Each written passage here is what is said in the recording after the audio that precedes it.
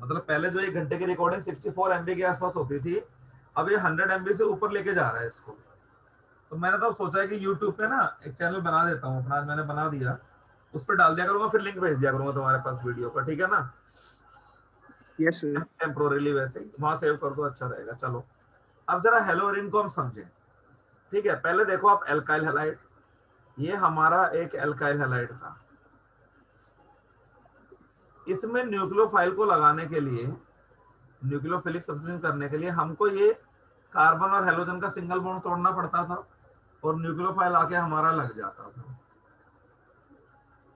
CH2NU और plus Cl-। लेकिन अगर हम हेलोरिन की बात करें, हेलोरिन ये हो गया आपका और प्लस में न्यूक्लियोफाइल, तो मैं लिख दूं यहाँ पर रिएक्शन होती ही नहीं है ना? यानी कि ये रिएक्शन क्या होती है, अगर होती भी है तो बहुत क्या होती है, वेरी स्लो रिएक्शन। और ये वाली रिएक्शन क्या होती है आपकी, वेरी फास्ट। यानी कि जो एल्काइल हैलाइड है वो न्यूक्लियोफिलिक सब्स्टिट्यूशन में इजीली चले जाते हैं, और वहीं पर जो एराइल हैलाइड्स हैं आपके, जो हेलोरिन्स है, they undergo nucleophilic substitution very slowly, है ना? तो रीजन समझिए जरा यहाँ पर। पहला रीजन देखो आप, फिर मैं पॉइंट लिखता चला जाऊंगा उनके। जब आप इनके रेजोनेटिंग स्ट्रक्चर बनाओगे, ये Cl है, क्लोरीन अपना लोन पेयर रिंग के अंदर पुश करेगा, ये बॉन्ड टूट के इधर आ जाएगा और ये बन गया Cl प्लस डबल बॉन्ड, और यहाँ पर बॉन्ड है, यहाँ पर बॉन्ड है ना? तो जरा फर्क देखो, एल्काइल हैलाइड में कार्बन हेलोजन का बॉन्ड सिंगल बॉन्ड था, और यहाँ पर बॉन्ड क्या हो चुका है, डबल बॉन्ड। तो डबल बॉन्ड को तोड़ना क्या होता है, मुश्किल होता है ना? दूसरी चीज देखो, एल्काइल हैलाइड का जो कार्बन एटम है वो sp3 है, जिस वजह से कार्बन हेलोजन बॉन्ड ज्यादा पोलर है। ज्यादा पोलर है तो कम स्टेबल है, इजिली टूट जाएगा बॉन्ड ये। लेकिन इसकी बात करें तो यहाँ कार्बन एटम क्या है, sp2 हाइब्रिडाइज्ड है। sp2 हाइब्रिड कार्बन एटम भी इलेक्ट्रोनेगेटिव और क्लोरीन भी इलेक्ट्रोनेगेटिव, है ना? जिसकी वजह से क्या होता है, इस बॉन्ड की पोलरिटी कम होती है। बॉन्ड की पोलरिटी कम होने से क्या होता है, आपका स्टेबिलिटी बढ़ जाती है आपकी, ठीक है ना? दूसरा रीजन ये हो गया आपका। तीसरा रीजन, जब ये क्लोरीन अपना लोन पेयर देकर रेजोनेंस करेगा तो रिंग में क्या चार्ज डेवलप होगा, ऑर्थो पैरा पर नेगेटिव ना, और जो न्यूक्लियोफाइल है वो भी नेगेटिव चार्ज आएगा। तो न्यूक्लियोफाइल अट्रैक्ट होने की बजाय क्या करेगा, ये न्यूक्लियोफाइल को रिपेल कर देगा ना, because हेलोरिन is an electron rich molecule, या नहीं, है ना? हाँ सर। अच्छा, चौथा पॉइंट देखो आप।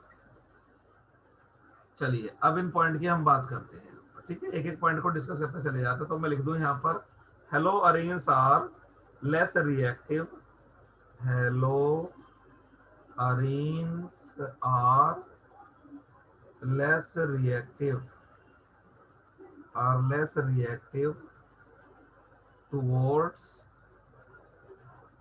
towards nucleophilic towards nucleophilic substitution, towards nucleophilic substitution due to following reasons, due to following reasons।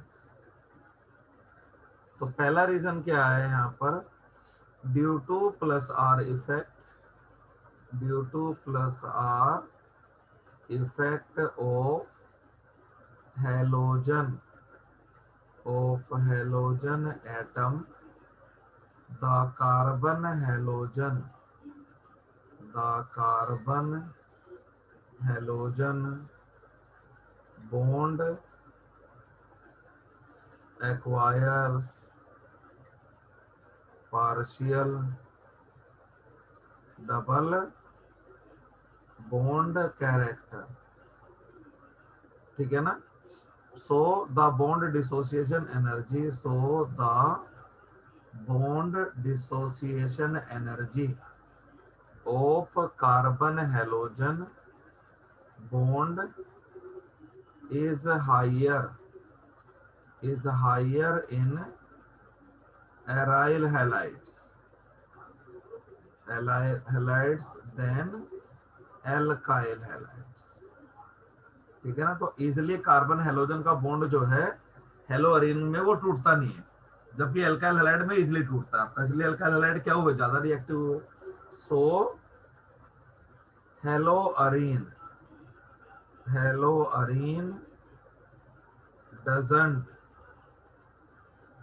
doesn't undergo nucleophilic doesn't undergo nucleophilic substitution easily, वो न्यूक्लियोफिलिक सब्स्टिट्यूशन में इजिली नहीं जाते।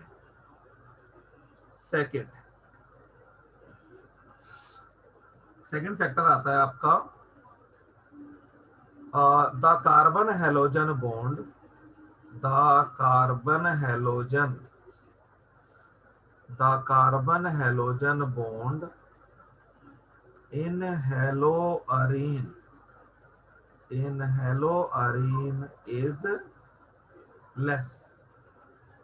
is less polar due to presence of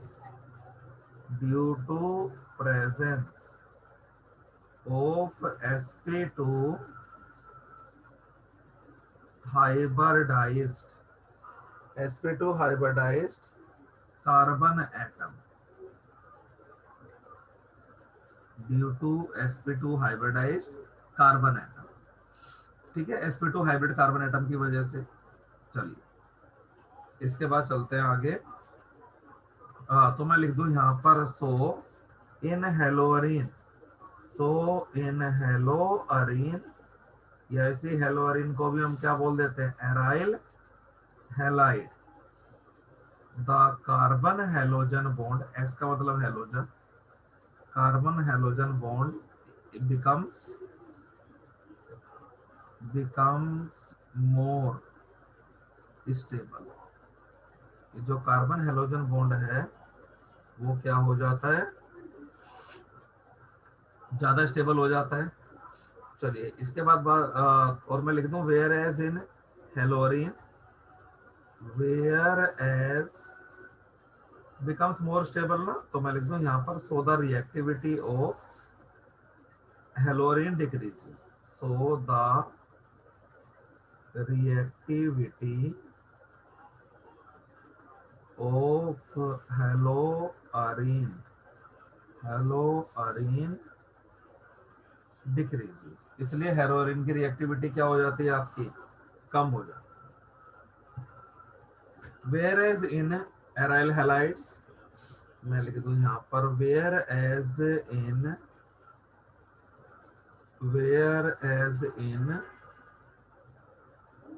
alkyl halides the carbon halogen bond is more polar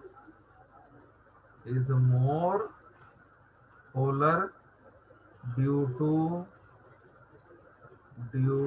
presence of sp3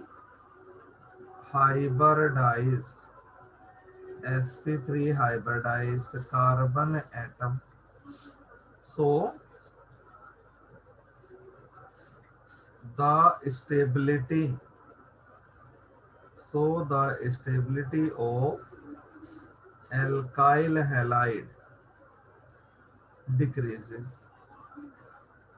इसलिए alkyl halide की stability क्या हो जाती है, कम हो जाती है। And they undergo nucleophilic substitution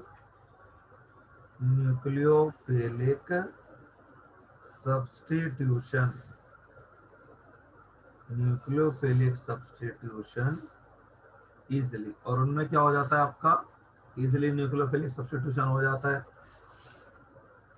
अब बात करते हैं तीसरे फैक्टर की। Third, aryl halides are electron rich molecules. Aryl halides are electron rich molecules, hence are electron rich molecules, hence the attacking nucleophile, hence the attacking nucleophile, इसलिए क्या होता है आपका जो अटैकिंग न्यूक्लियोफाइल है, hence the attacking nucleophile is repelled, ठीक है ना। so the ease of nucleophilic substitution, so the ease of nucleophilic substitution decreases, इसलिए क्या होता है न्यूक्लियोफिलिक सब्स्टिट्यूशन कम होता है आपका। Fourth reason, in stability of phenyl carbocation, मैं लिख दूं यहां पर in stability of phenyl carbocation. अब मान लो मैं लिख दूं यहां पर the reaction intermediate, the reaction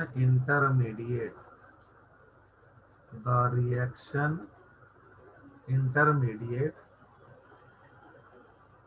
phenyl carbocation formed is highly unstable,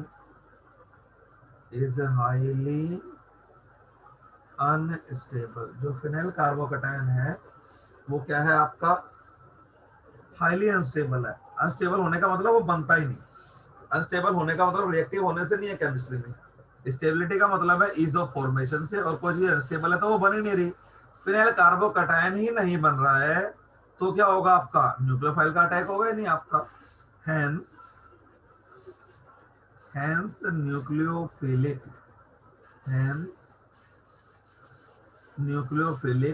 substitution,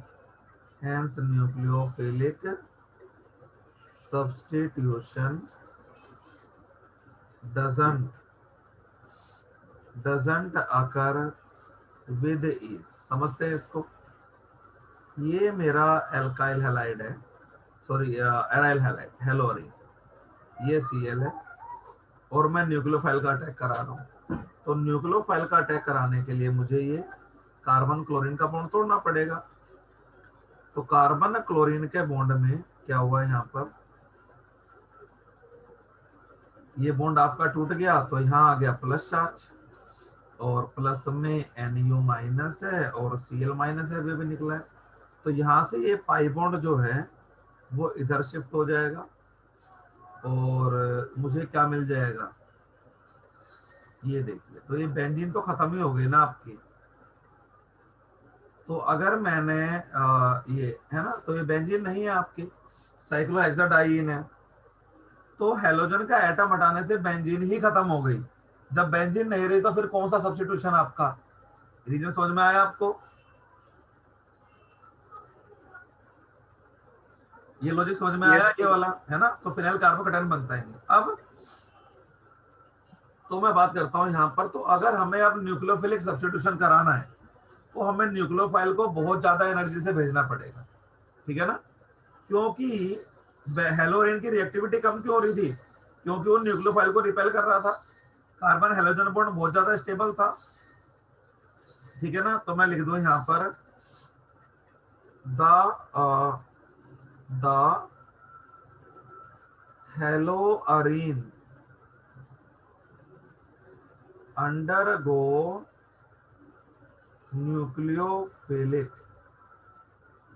undergo nucleophilic substitution reaction in drastic conditions। Drastic condition क्या होती है, हाई प्रेशर हाई टेम्परेचर, है ना। तो यहां पर आती है आपकी डाउस प्रोसेस। मैं लिख दूं यहां पर the chlorobenzene on reaction, chlorobenzene on reaction with NaOH under 100 to 200 atmospheric pressure around 623 Kelvin produces, undergo nucleophilic substitution, undergo nucleophilic substitution to form sodium phenoxide, which upon hydrolysis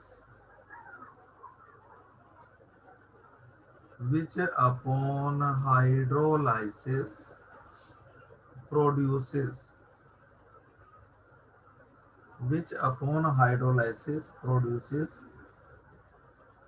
phenol.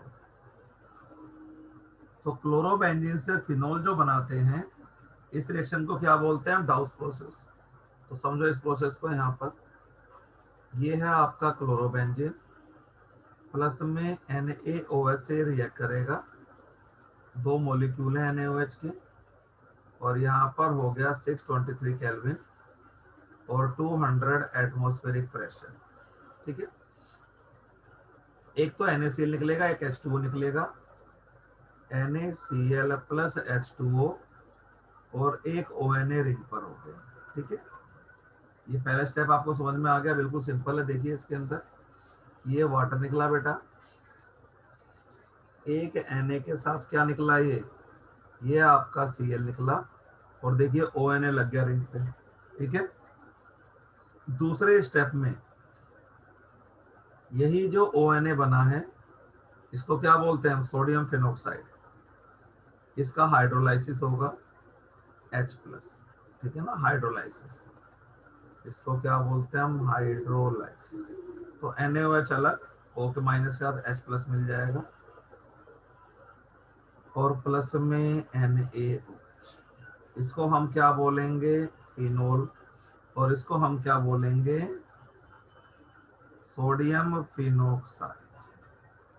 तो ये डाउस process समझ में आ गई आपको? हाँ sir. ठीक है ना, चलिए अब जरा इससे आगे चलते हैं हम।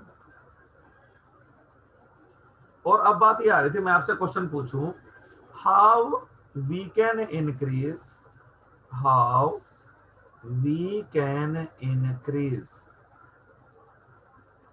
The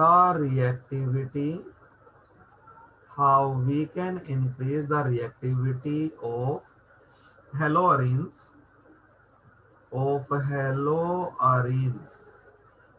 towards nucleophilic substitution,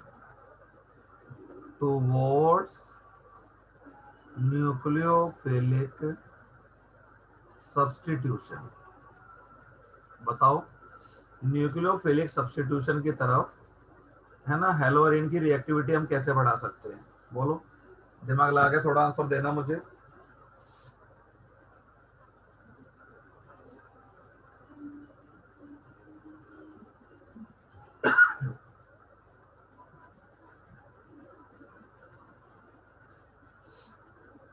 nucleophilic substitution में पहले रीजन में सोचो जरा ध्यान से। न्यूक्लियोफिलिक सब्स्टिट्यूशन की तरफ रिएक्टिविटी के कम होने का रीजन क्या था? हेलोअरीन्स की रिएक्टिविटी कम क्यों हो रही थी? पहले इस बात को सोचो, तब आप कोई तरीका बता पाओगे कि रिएक्टिविटी को हम कैसे बढ़ा सकते हैं। पहले ये जानो कम क्यों हो रहा था वो।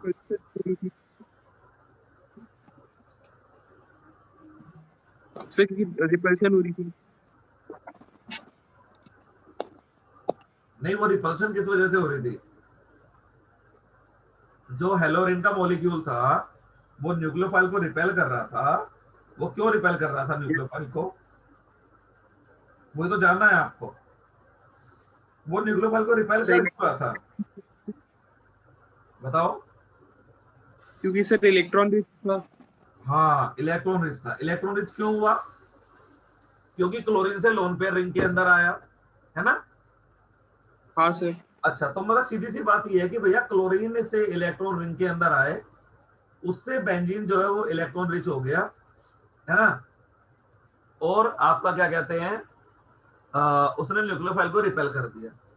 तो अगर मैं हाँ सर। बेंजीन को इलेक्ट्रॉन रिच की बजाय इलेक्ट्रॉन डेफिशिएंट बना दूं, तब तो वो रिपेल नहीं करेगा ना सर न्यूक्लियोफाइल को, उसमें तो।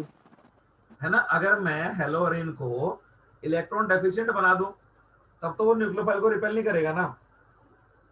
Yes sir. तो हम जब न्यूक्लियोफाइल को रिपेल नहीं करेगा तो रिएक्टिविटी बढ़ जाएगी उसकी।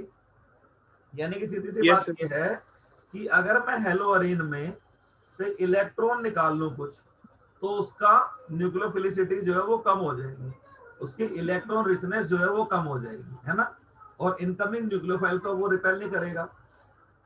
तो बेंजीन के अंदर मैं अगर इलेक्ट्रॉन खींचने वाले ग्रुप लगा दूं, इलेक्ट्रॉन विड्रॉइंग ग्रुप लगा दूं, तो वो क्या करेगा?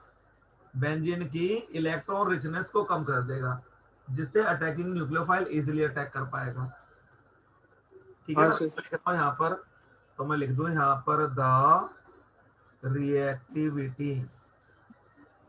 सर मुझे वो पी ब्लॉक में कुछ कंफ्यूजन थी। एक बार ये आंसर लिख दूं एक बार, फिर बताता हूँ ना, हाँ सर। फिर बताता हूँ, कोई चिंता मत करो। The reactivity of हेलोरिन towards towards nucleophilic substitution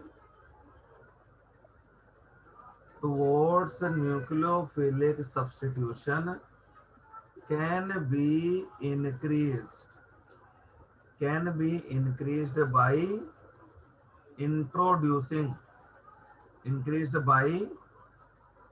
introducing electron withdrawing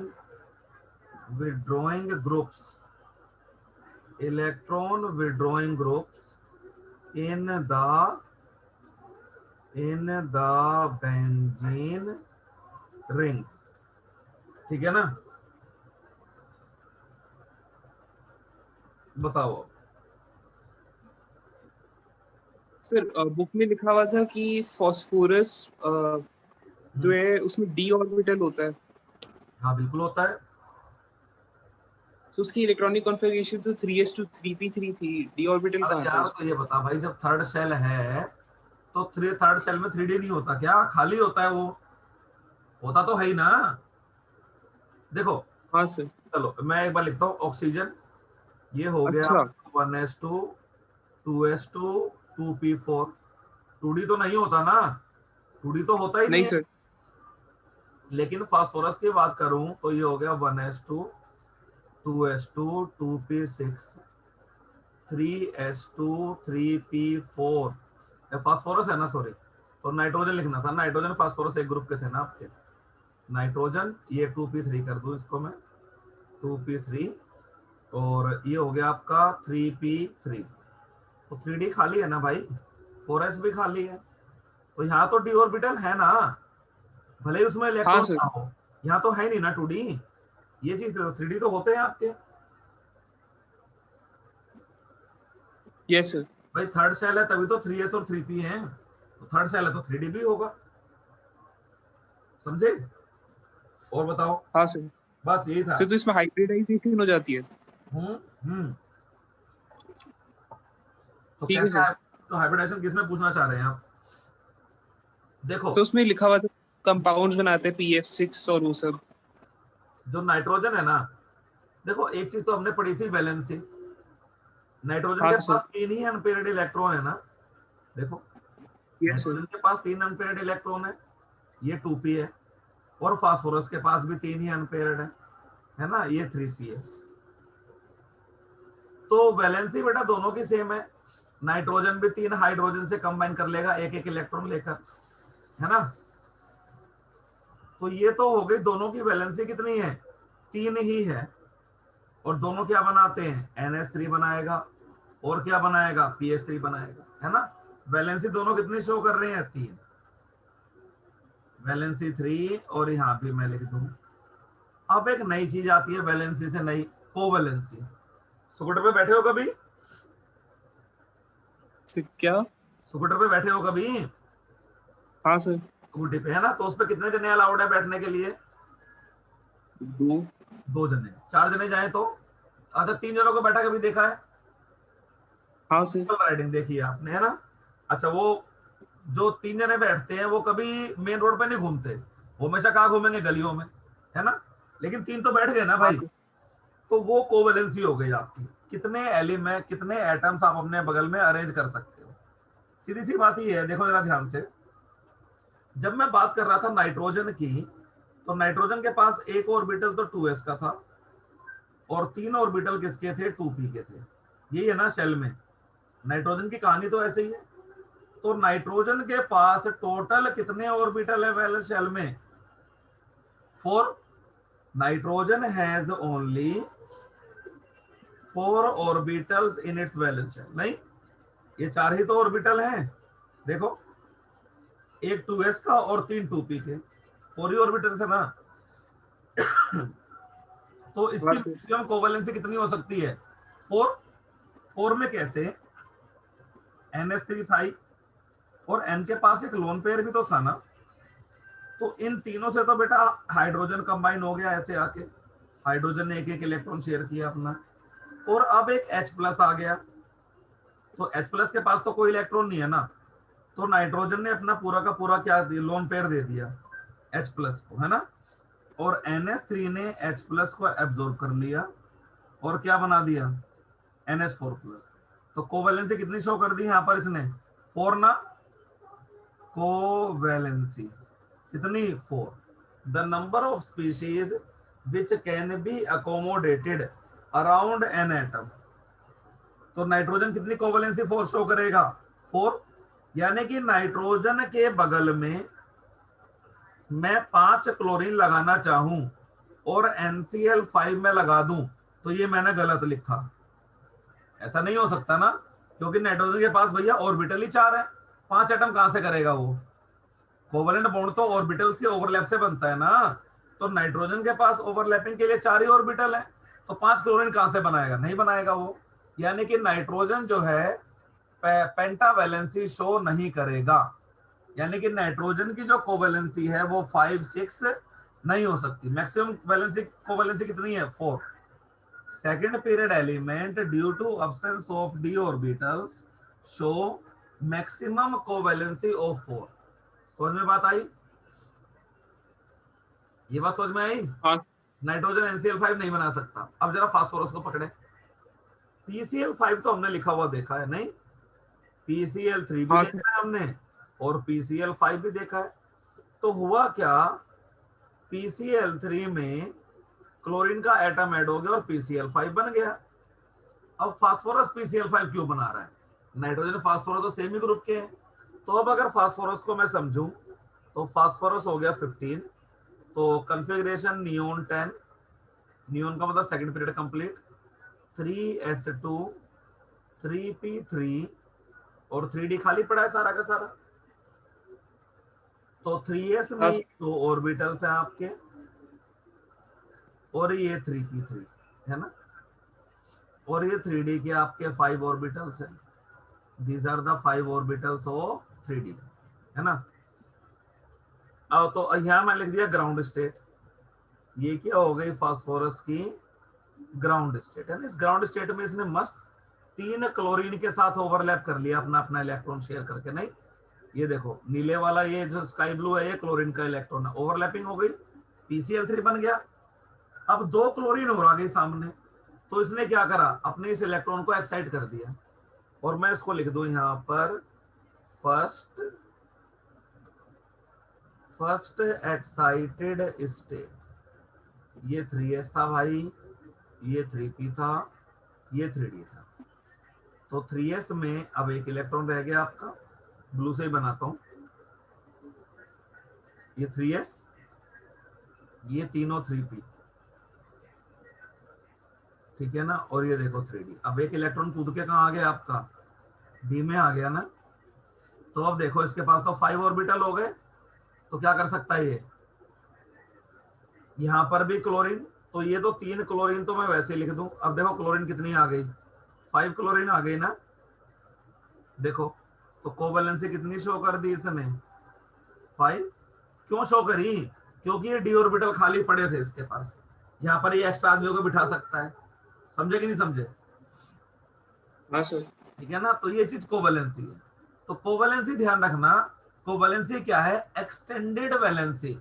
जब वैलेंसी को हम बढ़ा दें तो उसे कोवैलेंसी बोलते हैं। और वैलेंसी को बढ़ाने के लिए हमें क्या चाहिए, खाली ऑर्बिटल चाहिए।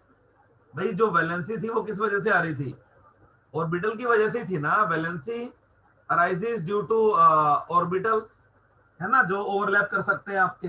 तो यहाँ पर 4 ही ऑर्बिटल अवेलेबल थे नाइट्रोजन के केस में ओवरलैपिंग के लिए। यहाँ कितने, 5 और उससे ज्यादा भी है, 6 भी हो सकती है। तो जिनके पास PCl5 एक और क्लोरीन को ऐड कर सकता है और क्या बना सकता है, PCl6-, है ना।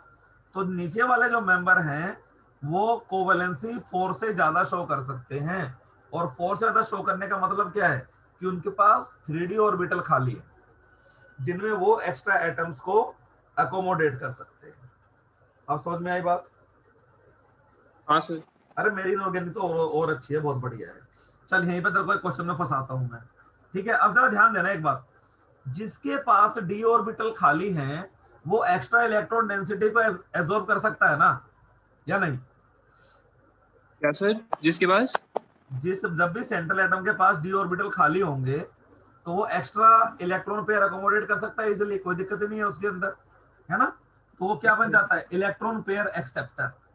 इसीलिए PCl5 को मैं क्या बोल सकता हूँ, लुईस एसिड, है ना। मैं लिख दूं PCl5 behaves as a Lewis acid because it can accept extra ions, it can accept extra anions, है ना, due to availability of vacant d orbitals of vacant। अब मेरा क्वेश्चन ये है, ठीक है ना, अब इस क्वेश्चन का तुम आंसर देना जरा, जो तुमने पूछ ही लिया है। वाई PCl5 इन solid state conducts electricity,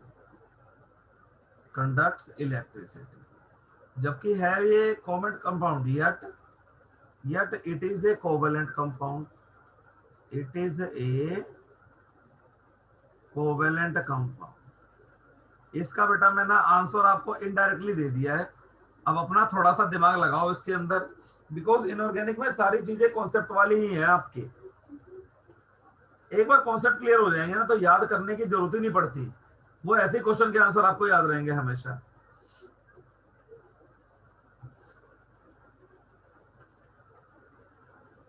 electron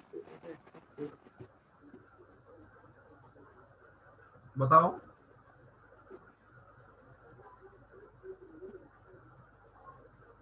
तो फ्री इलेक्ट्रॉन होंगे, ये तो ऑब्वियस है क्योंकि इलेक्ट्रिसिटी कंडक्ट हो रही है। तो इलेक्ट्रॉन, फ्री इलेक्ट्रॉन तो खाली उसका होता है मेटल का, नहीं, मेटल के जो इलेक्ट्रॉन्स होते हैं वो तो मोबाइल होते हैं। नॉन मेटल के इलेक्ट्रॉन का मोबाइल होते हैं, नॉन मेटल के इलेक्ट्रॉन तो मोबाइल ही नहीं होते। अरे भाई अब देखो ना कितना आसान बात है, देखो तुम्हें अभी देख के समझ में आ जाएगा लॉजिक ये। एक PCl5 का मॉलिक्यूल और दूसरा भी लिख दिया भाई, सॉलिड में ये पास पास होंगे ना, बिल्कुल सॉलिड स्टेट में पास ये पास होंगे बिल्कुल ये। तो अभी हमने पढ़ा कि PCl5 एक क्या, लुईस एसिड है, तो अपने बगल वाले मॉलिक्यूल से एक क्लोरीन को एक्सेप्ट कर लेगा ये, और ऐसे ही बना देगा ना ये, या नहीं, बोलो, बन गए ना आयंस। आयन है तो इलेक्ट्रिसिटी क्या करेंगे, वो कंडक्ट करेंगे ना। तो due to Lewis acidic nature of PCl5 it accepts a chloride ion from adjacent PCl5 molecule to produce cations and anions। Hence it is a conductor of electricity. समझे? हाँ ऐसे सर। ही आपका IF5, ठीक है ना, 2 मॉलिक्यूल मैं इसके ले लूं तो ये क्या बना देगा आपका IF6 और IF4। तो जितने भी पेंटा हैलाइड्स हैं आपके, सबके सब क्या होंगे? They will conduct electricity even in solid state. ठीक है ना, सॉलिड स्टेट में भी, लिक्विड में तो कंडक्ट करेंगे ही करेंगे आपके, लेकिन सॉलिड में भी करेंगे, क्योंकि सॉलिड स्टेट में ये आयन की फॉर्म में एग्जिस्ट कर रहे हैं। और ये कोई बहुत स्ट्रॉन्ग कटायन और अनायन नहीं है, बहुत बड़ा आयन है। तो इलेक्ट्रिक फील्ड क्या है? काफी वीक है। NaCl की तरह नहीं है, छोटा कटायन छोटा आयन पकड़ के रखेंगे, कंडक्ट ही नहीं करेंगे सॉलिड स्टेट में। वो कब कंडक्ट करेंगे? जब उनको हम मेल्ट करेंगे। लेकिन ये बड़े कटायन और बड़े आयन, इनके इलेक्ट्रिक फील्ड क्या है? काफी वीक है, तो पहले से ये दूर दूर रहेंगे, इसलिए ये कंडक्ट करेंगे। समझ में बात आ गई? NaCl सॉलिड स्टेट में कंडक्ट नहीं करेगा। क्यों? क्योंकि छोटा कटायन छोटे अनायन को स्ट्रांगली होल्ड करके रखता है। यहां ऐसी कहानी नहीं है आपकी। समझे? Yes sir. चलिए, कुछ समझ में बात आई? तो कुछ भी नहीं होता भाई, कभी भी थोड़े से बेसिक्स अपने बढ़िया मस्त करोगे एकदम, याद करने की नौबत ही नहीं आती। सारे आंसर ऐसे ही करते चले जाओगे बिल्कुल एकदम, और फिर मजा भी आता है पढ़ने में, माइंड से भी रिलैक्स रहोगे बिल्कुल।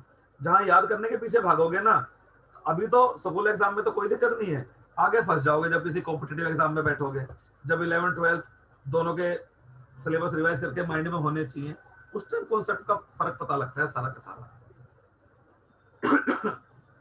चलिए, इसके बाद आगे चलता हूं। हम कर रहे थे न्यूक्लियोफिलिक सब्स्टिट्यूशन, है ना। चलो, इससे पहले मेरे क्वेश्चन का आंसर और दो। जो रेजोनेंस इफेक्ट होता है वो कौन कौन सी पोजीशन पे लगता है? ऑर्थो, मेटा और पैरा, तीनों पे लगता है। हाँ बताओ। सर। जो रेजोनेंस इफेक्ट है, क्या करा था ना हमने 11th में? 11th में हमने किया नहीं था रेजोनेंस मिजोमेरिक इफेक्ट? नहीं ऑर्थो किया पे था? तो लगता है। भूल गए तुम? हैं? चलो, एक बनाते हैं यहाँ पर, रेजोनेटिंग स्ट्रक्चर बनाते हैं किसके? चलो, इसके बनाते हैं हम। Cl पैरा नाइट्रो क्लोरोबेंजीन के स्ट्रक्चर बना, पैरा पर NO2 लिखे। ठीक है, चलो समझते हैं इसको। यहां से नीचे से मैं बनाता हूँ इन स्ट्रक्चर्स को। तो रेजोनेटिंग स्ट्रक्चर्स बनाते हैं इसके हम। यहाँ पर मैं लिख दूं, पहले स्केलेटल फॉर्म बना लूं मैं इसकी सारी की सारी। ये हो गया, ये बेंजीन, ये बेंजीन, ये बेंजीन। देखना कौन सी पोजीशन स्किप करती है इसमें, उस चीज को ध्यान रखना थोड़ा सा ज्यादा जरूरी है। चलिए, Cl का लोन पेयर, ये Cl है, इसका लोन पेयर, और N की कहानी कुछ ऐसे है, N डबल बॉन्ड O, और यहाँ पर डेटिव बॉन्ड O है, जिसकी वजह से N के पास पॉजिटिव चार्ज है और O के पास नेगेटिव चार्ज है। और यहाँ पर ये बॉन्ड इस तरीके से बने हुए हैं। तो क्लोरीन ने अपना लोन पेयर दिया, तो कार्बन के तो 4 बॉन्ड हो गए, 5 हो गए, 4 तो पहले ही बने हुए। देखो, एक ये वाला बना हुआ है कार्बन का, एक ये बना हुआ है, एक ये बना हुआ, और एक ये। आपने क्या करा? 5वां बॉन्ड बना दिया, 5 बॉन्ड हो गए ना। इसलिए क्या होगा? एक बॉन्ड आपका टूट जाएगा, यानी कि ये वाला बॉन्ड टूट के इधर आ जाएगा।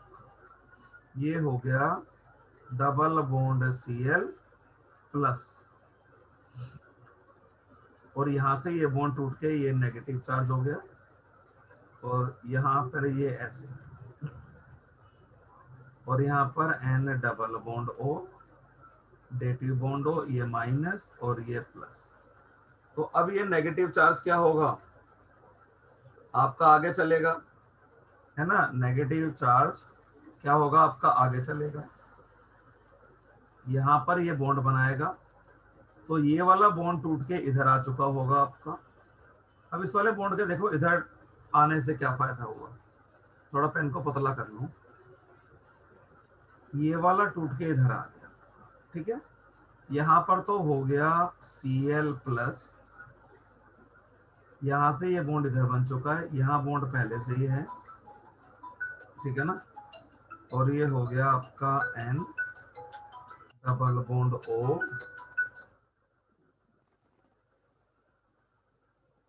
हेलो,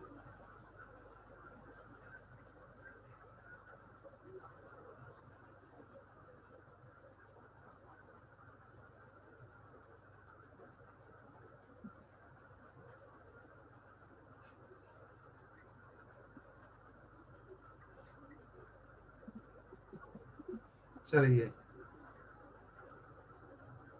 तो यहाँ से ये हो गया, और ये डेटिव बॉन्ड O, ये माइनस ये प्लस। अभी जरा ध्यान देना, ये जो बॉन्ड टूट के इधर आया है इसका भी तो नेगेटिव चार्ज है ना, यहाँ पर दिख रहा है ये नेगेटिव चार्ज। तो अब देखो ये नेगेटिव चार्ज तो इधर बॉन्ड बनाएगा, तो नाइट्रोजन के देखो 5 बॉन्ड होने जा रहे हैं। हमने अभी पढ़ा नाइट्रोजन 4 से ज्यादा बॉन्ड नहीं बना सकता, चार्ज पहले ही बना के बैठा है नाइट्रोजन इधर, आप 5वां बॉन्ड बना रहे हो, तो ये वाला बॉन्ड क्या हो जाएगा, टूट के इधर आ जाएगा। तो देखिए ये डबल बॉन्ड, ये Cl, ये प्लस, यहाँ पर डबल बॉन्ड, यहाँ पर double bond, double bond N, O minus और O माइनस, हो गया ना। ये नाइट्रोजन ने क्या करा, इलेक्ट्रॉन डेंसिटी एब्जॉर्ब कर ली। अब फिर से ध्यान दो यहाँ पर जरा, यहाँ से ये बॉन्ड पेयर इधर आया तो नाइट्रोजन का पॉजिटिव चार्ज खत्म, लेकिन फिर से इस बॉन्ड के टूट जाने से यहाँ पर क्या आ गया, फिर से पॉजिटिव चार्ज आ गया।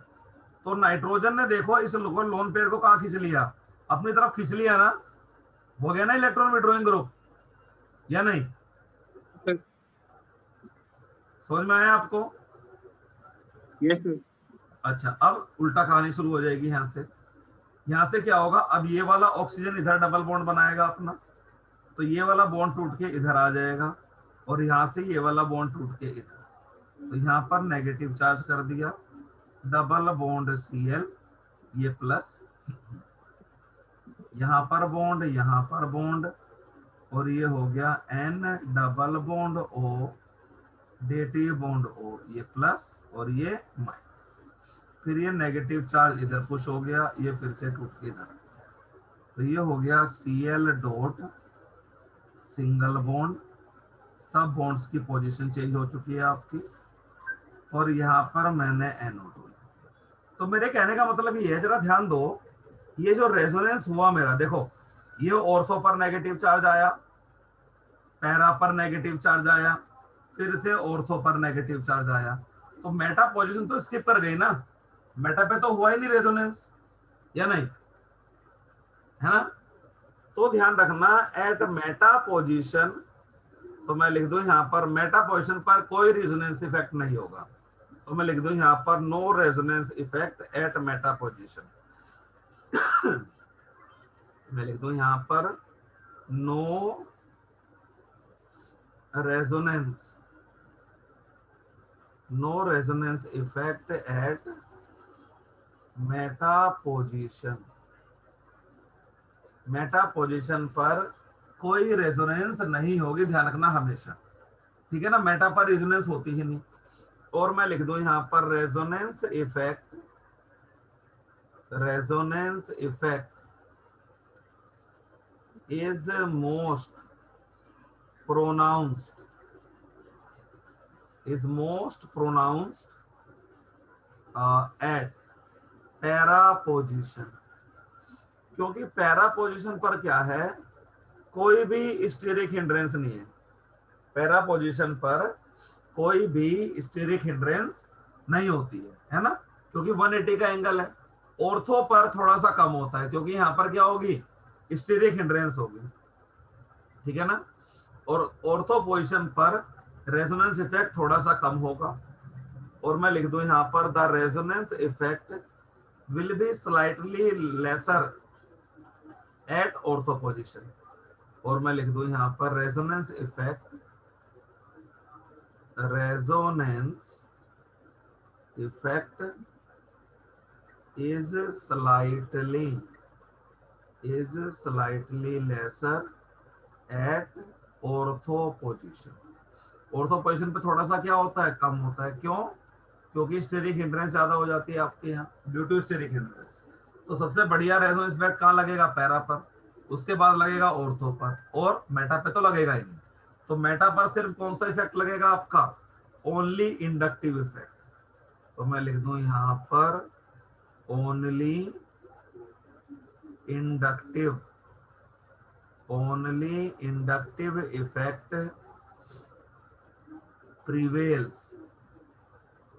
prevails at Meta position.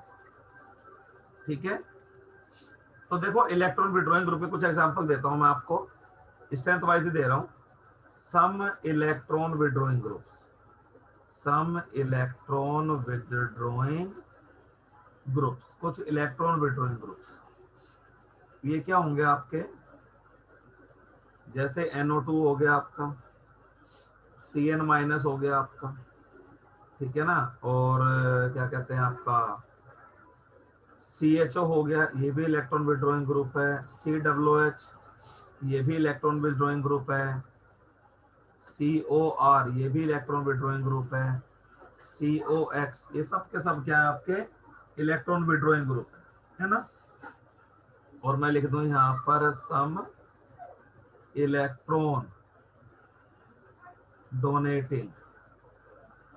Donating groups, all alkyl groups, all alkyl groups. अच्छा एक बात बताओ मुझे, आपको कैसे पता लगेगा कि सर यहाँ रेजोनेंस होगी और यहाँ इंडक्टिव इफेक्ट होगा?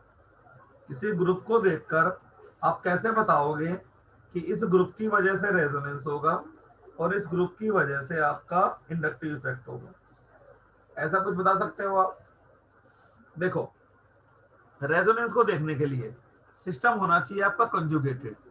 कंजुगेटेड सिस्टम का मतलब मैं लिखता हूं यहां पर फॉर रेजोनेंस 4 + R और -R effect, the system should be, the system should be conjugated.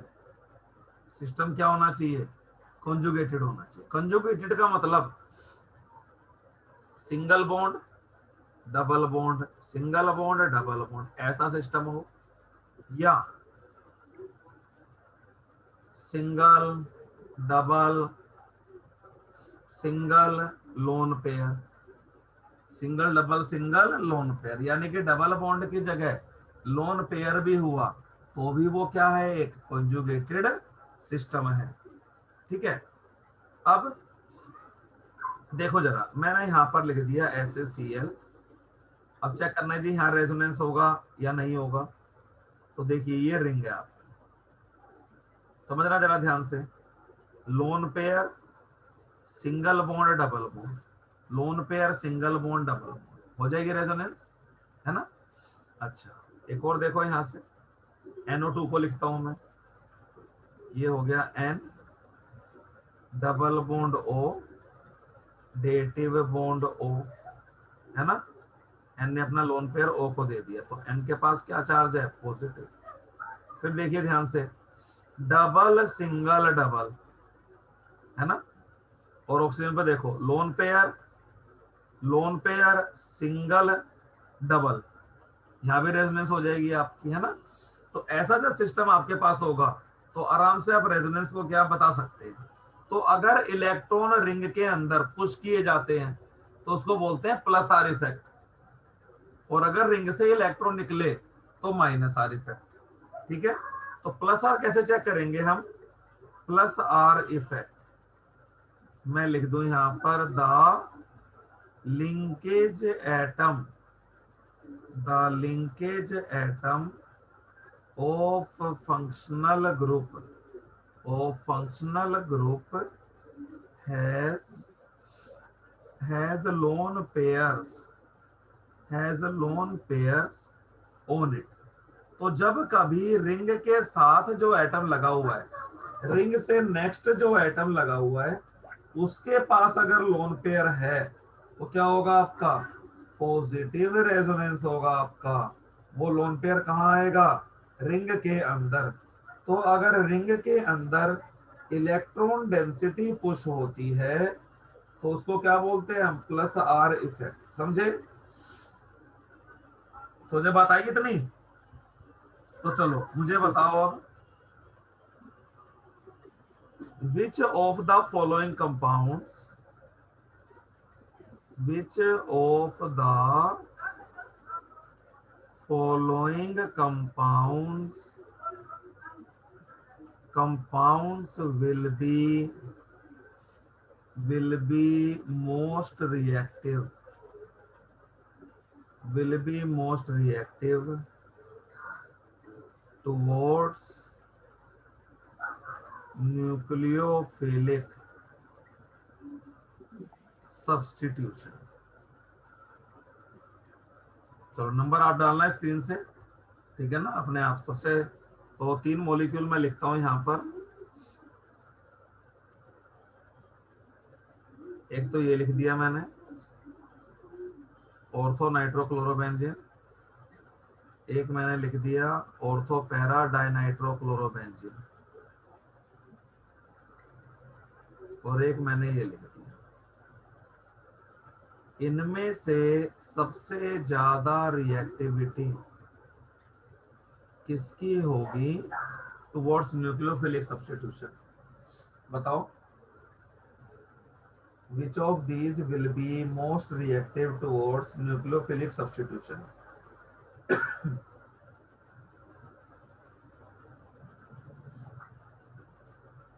तो पहला वाला। क्यों बेटा, देखो मेरा न्यूक्लियोफाइल तो क्या चार्ज लेके आएगा? नेगेटिव चार्ज लेके आएगा ना। तो न्यूक्लियोफाइल को स्ट्रांगली अट्रैक्ट कौन करेगा? जहां पर पॉजिटिव चार्ज ज्यादा होगा। तो यहाँ पर तो इलेक्ट्रॉन खींचने वाला सिर्फ एक ही ग्रुप है, NO2। यहाँ पर खींचने वाले कितने हैं? 2। और यहाँ पर खींचने वाले कितने हैं? 3।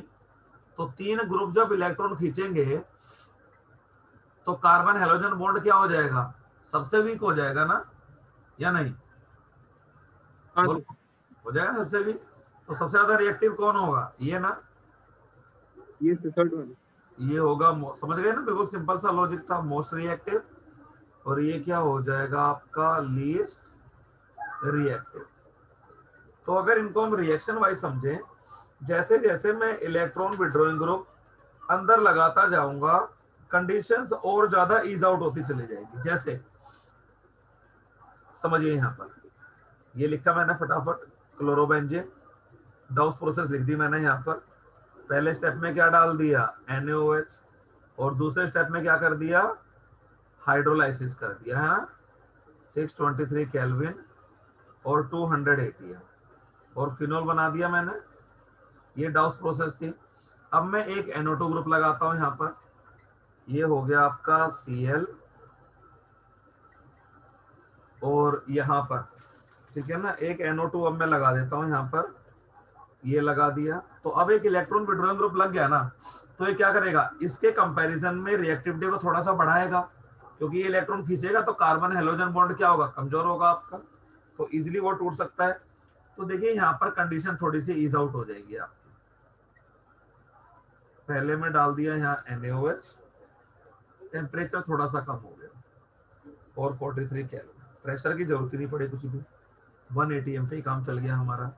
और ये बन गया आपका OH NO2।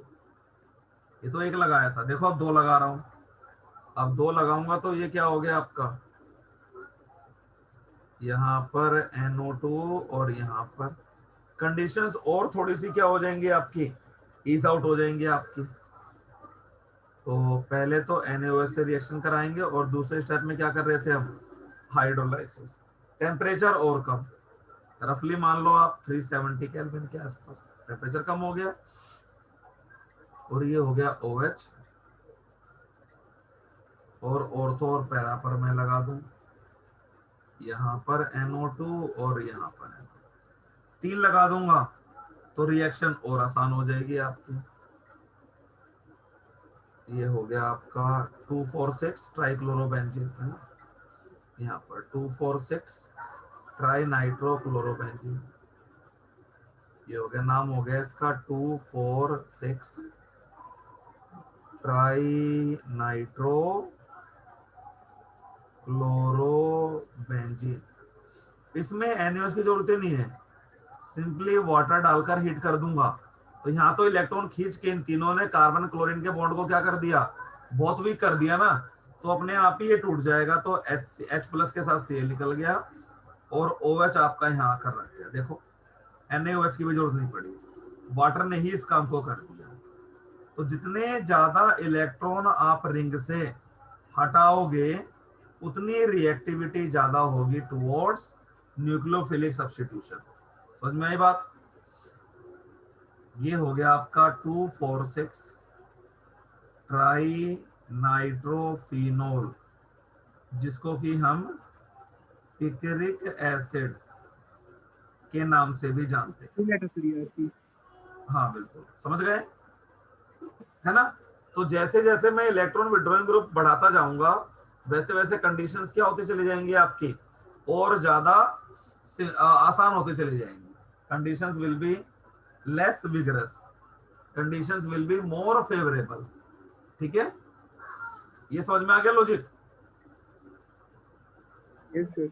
चलो अब अगली बात, अरेंज द फॉलोइंग मॉलिक्यूल्स। दिमाग लगाना बढ़िया से। Arrange the following molecules in increasing order of reactivity towards nucleophilic